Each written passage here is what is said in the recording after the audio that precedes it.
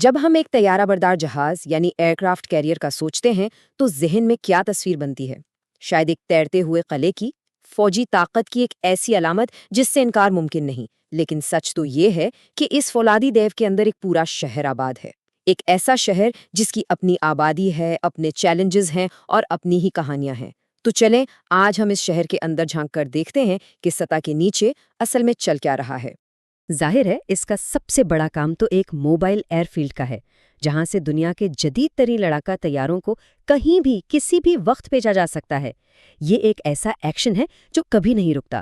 دن کے 24 گھنٹے، ہفتے کے 7 دن طیارے یہاں سے اڑان بھرتے ہیں اور یہیں واپس اترتے ہیں، اور اکثر ایسے موسم میں جب زمین پر موجود کوئی بھی ایئرپورٹ بند پڑا ہو۔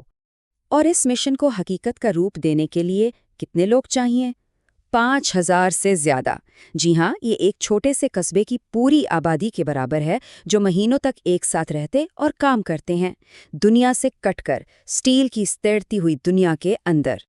اور یہ کوئی عام کام کی جگہ نہیں، یہ دنیا کی سب سے خطرناک جگہوں میں سے ایک ہے۔ ذرا فلائٹ ڈیک کا تصور کریں، جہاں کئی ٹن وزنی جیٹ طیارے صرف چند سیکنڈ میں اڑتے اور لینڈ کرتے ہیں۔ یہاں ایک لمحے کی بھی دیری یا ایک چھوٹی سی غلطی کا مطلب صرف ایک ہو سکتا ہے: تباہی۔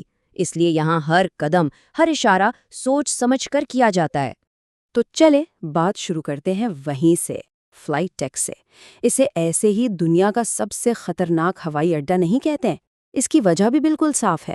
یہ وہ جگہ ہے جہاں منظم افراتفری اور بے مثال مہارت ایک ساتھ نظر آتی ہیں۔ تو اتنے شور اور افراتفری میں کام کیسے ہوتا ہے؟ اس کا جواب ہے رنگوں میں۔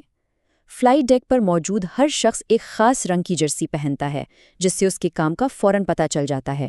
جیسے پیلے رنگ والے ایئر کرافٹ ڈائریکٹرز ہیں جو طیاروں کو صحیح جگہ پر پہنچاتے ہیں، سبز رنگ والے کیٹاپلٹ اور اریسٹنگ گیئر کا عملہ ہے، جامنی رنگ والے ایندھن کے ماہر ہیں جنہیں پیار سے گریپس بھی کہا جاتا ہے، اور ہاں، لال رنگ والے یہ آرڈیننس ہینڈلرز اور فائر فائٹرز ہیں جو کسی بھی ایمرجنسی کے لیے ہر وقت تیار رہتے ہیں۔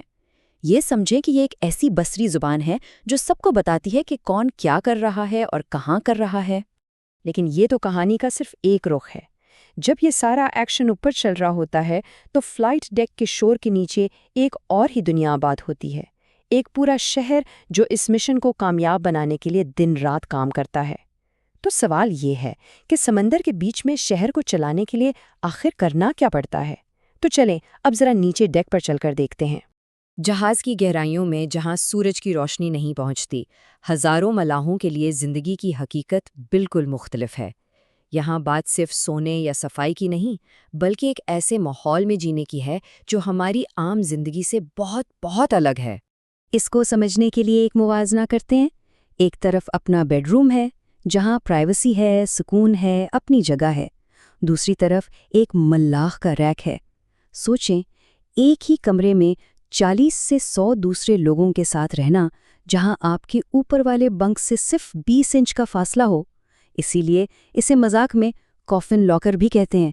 ہفتوں تک سورج کی روشنی نہیں اور آپ کی پوری دنیا ایک چھوٹے سے لاکر میں بند ہوتی ہے۔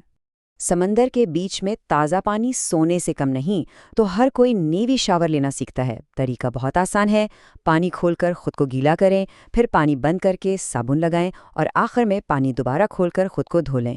پورا عمل صرف 2 منٹ۔ اس میں صرف 3 گیلن پانی استعمال ہوتا ہے، جبکہ ہم عام طور پر ایک شاور میں 60 گیلن پانی بہا دیتے ہیں۔ یہ وسائل بچانے کی ایک بہترین مثال ہے۔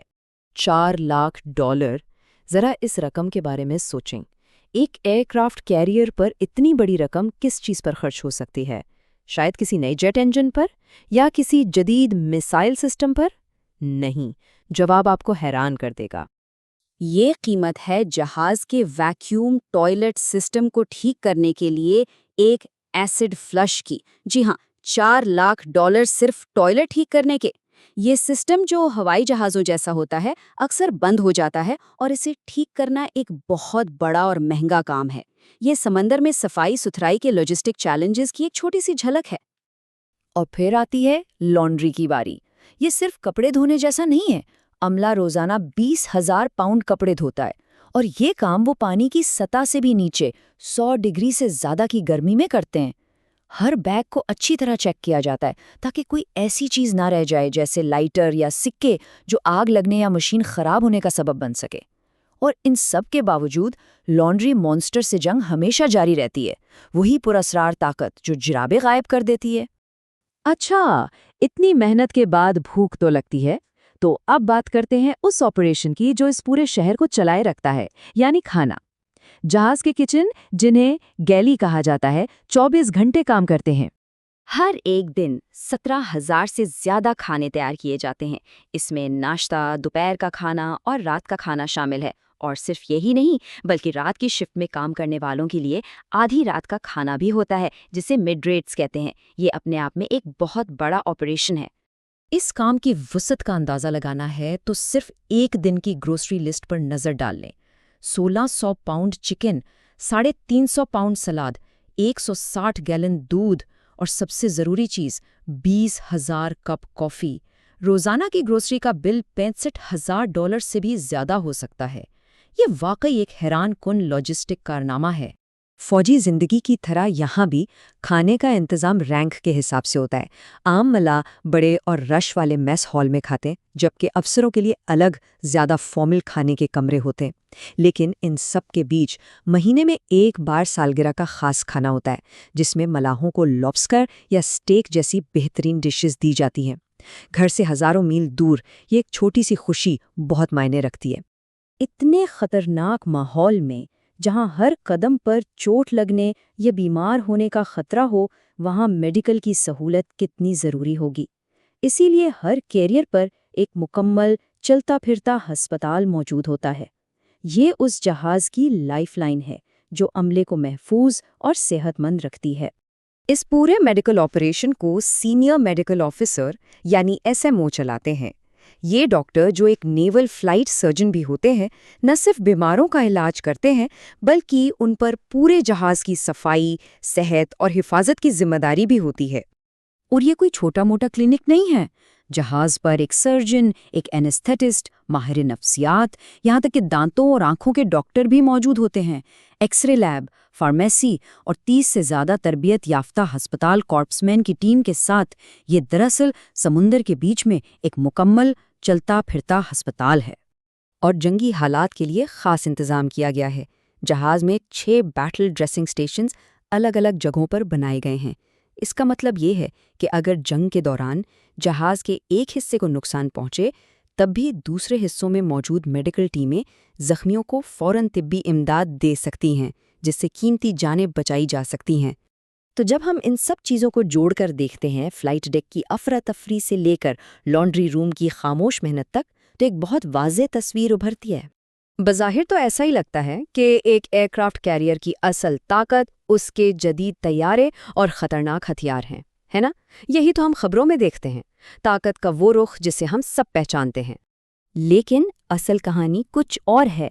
جیسا کہ ایک ملاح نے خوب کہا، لیکن اگر ایک پائلٹ کو گندے انڈروے کی وجہ سے جلد کا شدید انفیکشن ہو جائے تو وہ اس جیٹ کو نہیں اڑا سکتا، وہ گراؤنڈ ہو جاتا ہے۔ لانڈری، کھانا، صفائی، یہ سارے کام جو شاید اہم نہ لگیں، دراصل اس پوری جنگی مشین کی بنیاد ہے۔ تو آخر میں ایک سوال رہ جاتا ہے، طاقت کا اصل پیمانہ کیا ہے؟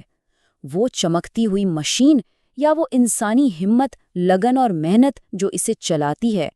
وہ ہزاروں لوگ جو اس اسٹیل کے شہر کو زندہ رکھتے ہیں اور اس بات کو یقینی بناتے ہیں کہ جب وقت آئے تو یہ اپنا کام کر سکے۔